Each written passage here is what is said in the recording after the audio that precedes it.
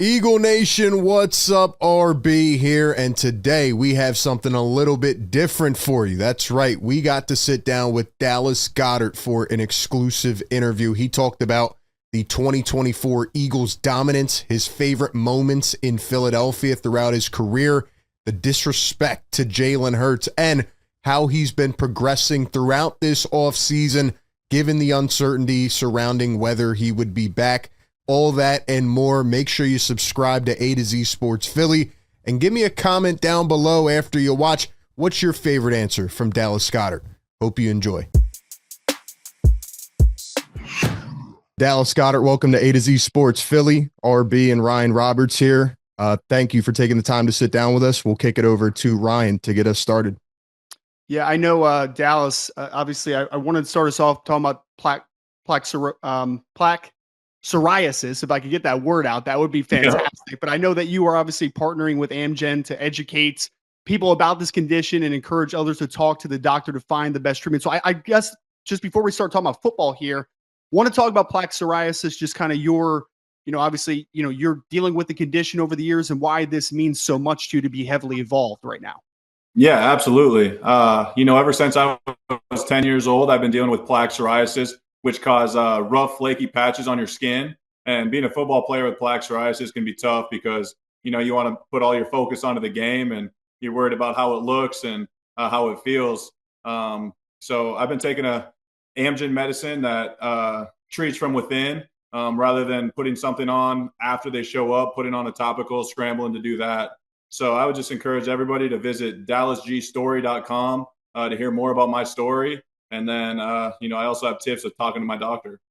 Dallas, I want to jump into the Eagles talk, man. I am so excited for this upcoming season, and I'm glad you're back with the team. But how difficult has it been kind of navigating the uncertainty, I would say, of this offseason, right? You go on an extended playoff run, and you didn't know if you were going to be back. So what's that journey kind of been like this offseason?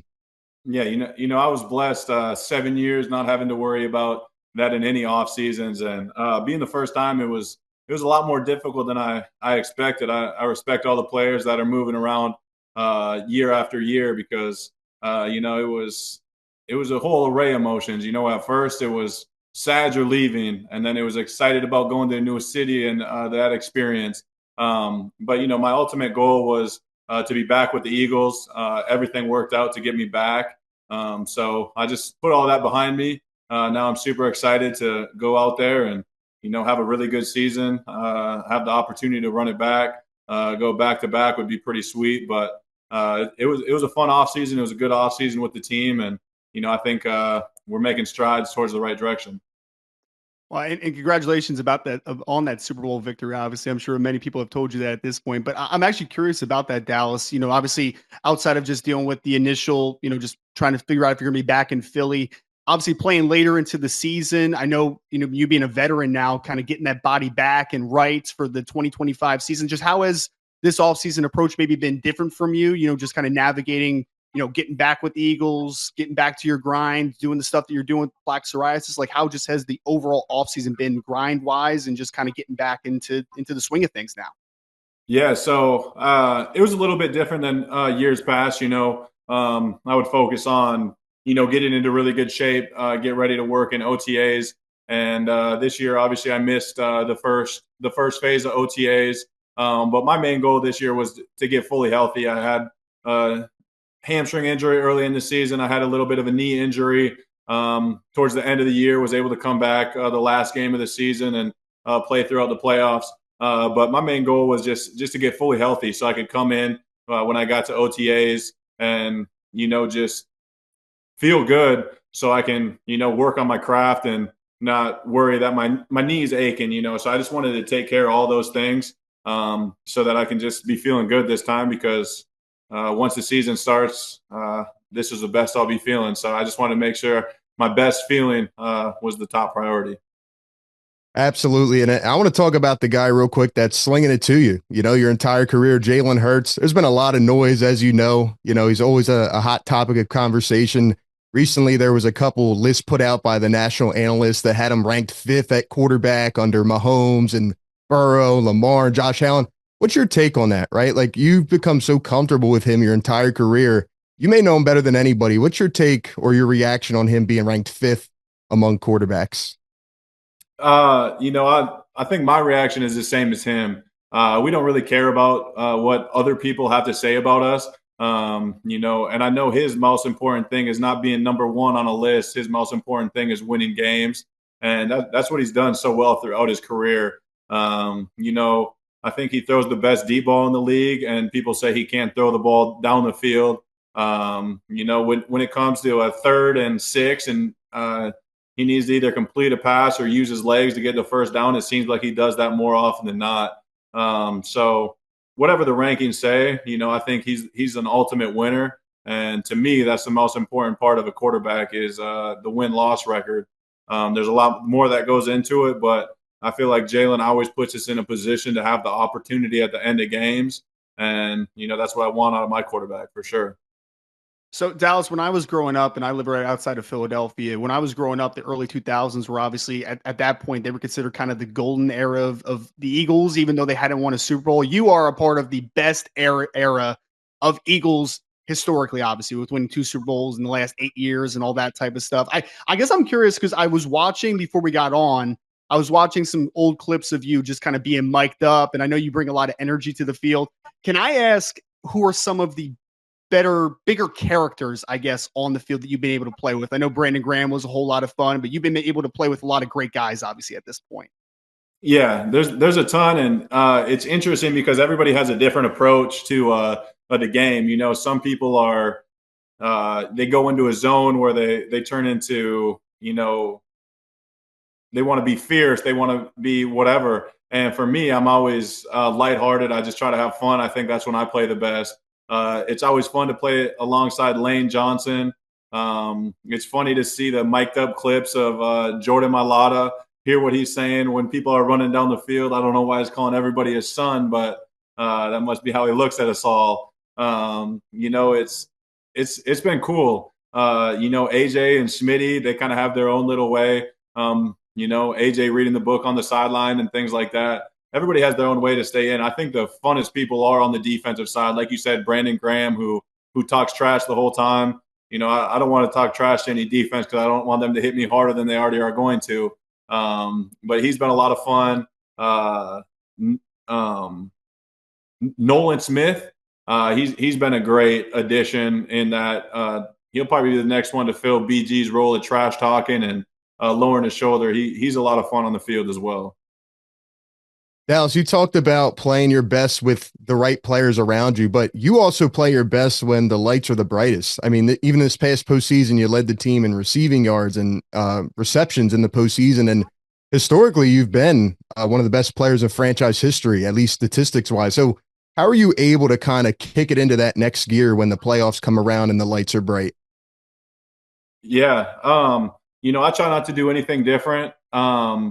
But those games are, what you live for as a kid, watching the playoffs, watching the Super Bowl. You never want to let your team down in those positions. And, I'm thankful for the opportunities I get in those games, and I want to make the most of them. Being on an incredible team like we have with 2 number ones on each side of me, a great running back and a quarterback that draws so much attention. I don't know when my next pass is going to come, but I want to make the most out of each one I get. And playing in Philadelphia is another big factor of why I try to show up so big in those games, because you would hate to be a reason you lost a game, because I don't think Philadelphia would ever let you live it down. So in the back of my mind, I'm always trying to do it for the city. Well, and that actually brings me, that's a perfect segue, Dallas. You're like a professional here, man. So like you're a South Dakota guy, born and raised, played with South Dakota State. I'm curious, like if you could take us back to, would you say 7 years ago now at this point, when the first time maybe you set foot in Philadelphia, like that culture shock and how much this city has grown, on you and developed a love for it over the last few years. Yeah, obviously, like you said, being from South Dakota, playing my entire high school, college in South Dakota, it was quite a bit different. I thought Brookings was a big town, and it's a town of 15,000 people maybe. So coming to Philadelphia was interesting. I remember my first Uber ride that I got. It was after they won the Super Bowl. And the Uber driver said, my dad told me he's finally okay to die now because the Eagles finally won a Super Bowl. So I got a really early look about how passionate the Eagles fans are. And, it's been incredible. I feel like they've embraced me very well. The city's awesome.